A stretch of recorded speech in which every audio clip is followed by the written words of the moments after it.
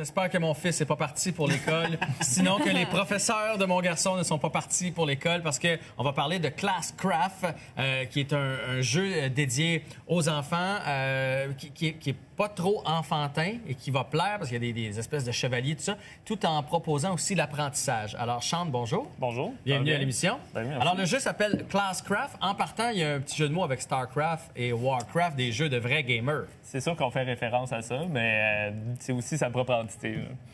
Dans le fond, l'idée, c'était d'utiliser les mécanismes des jeux vidéo qui existent et qui existent en sorte à rendre les jeux vidéo intéressants, accrochants, puis les transférer dans un contexte de classe pour rendre le fait de venir en classe accrochant, amusant. Et c'est parti de où, cette idée-là? Pourquoi tu as voulu faire ça? Est-ce qu'il y avait un problème, une envie? C'est sûr que moi, j'ai un passé de gamer. Ces jeux-là, j'ai joué.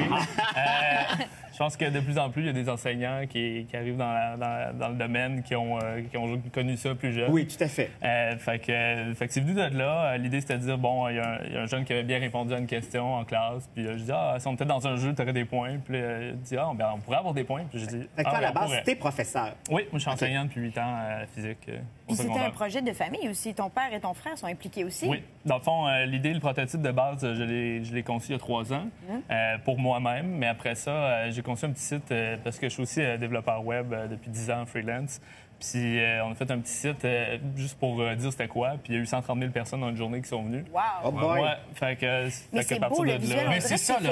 Faut aller Allons absolument, le voir, parce que là, je sais, vous me dites, on en a déjà vu des jeux de même, là, puis les enfants n'aiment pas vraiment ça, mais vous allez voir que ce visuel-là, c'est beaucoup plus accrocheur. Moi, je suis certain que mon gars jouerait, parce que maintenant, souvent, vers la fin de la journée ou quelque chose comme ça, s'ils ont été gentils, tu sais, il y a des petites récompenses qui accumulent à l'école, puis ils ont des ordinateurs en classe. Fait que pourquoi pas, au lieu d'aller jouer sur des sites Internet là, comme Friv, puis ces affaires-là, c'est des jeux bidons, pourquoi pas apprendre en même temps?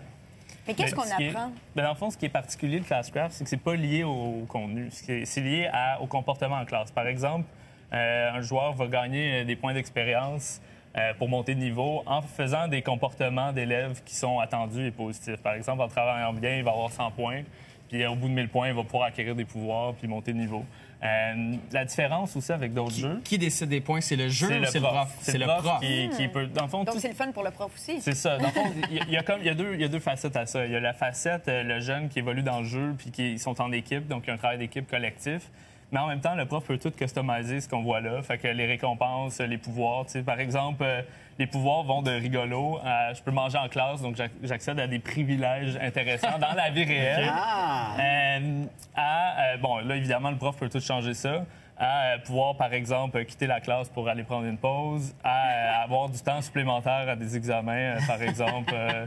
Il y a combien de personnages qu'on peut choisir? Il y a 3 classes, mais dans le fond, c'est ça, les joueurs, ça, c'est le côté élève. Je ne sais pas si on peut voir présentement à l'écran ce qu'on voit, nous, sur l'ordinateur. Donc ça, c'est un bonhomme que n'importe quel jeune pourrait customiser. Exactement. Ça pourrait être son bonhomme. Ça, c'est le mage. Il peut changer les masques, il peut changer... Je l'aime, lui. Ça. Moi, je prendrais lui. Complet, le gars de feu, peut-être. Voilà, le gars de feu. Et là, on a parlé des comportements qu'on peut avoir en classe, mais est-ce qu'on apprend aussi des choses dans le jeu? Non, l'idée, c'est de gamifier le comportement.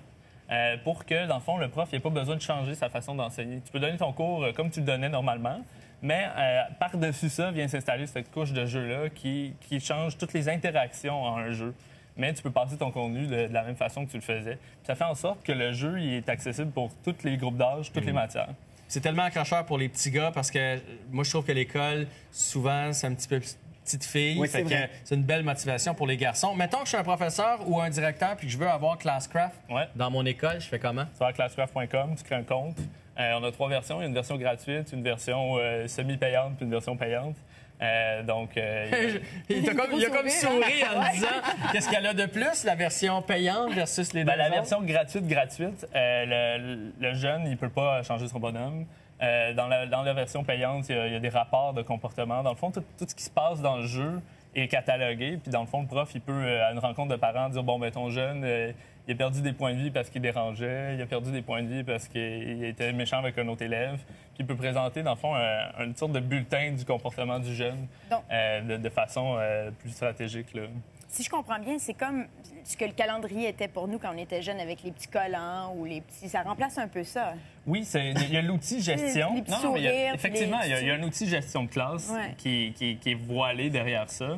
Mais en même temps, c'est plus que ça parce que ça enseigne des comportements qu'on ne voit pas traditionnellement dans des classes. Par exemple, ils travaillent en équipe. Fait que ce qu'on va voir, c'est que des élèves super forts vont se mettre à aider des jeunes qui n'auraient pas normalement aidé. Ah, ouais. C'est pas leur ami, mais là, ils sont en équipe avec eux puis ils veulent que l'équipe performe. Fait qu'ils vont les aider dans la réussite scolaire. Très belle idée. Bravo. Oui, bravo. Très intéressant. Belle Ça initiative. s'appelle Class Craft, si ça vous tente. Et on a mis les adresses pour les sites Internet, pour les Facebook, tout ça. Merci, Chante. Ça a été, Hey, moi, je m'en vais faire mon bonhomme. Bye, tout le monde. Oui, je savais qu'elle allait faire son bonhomme.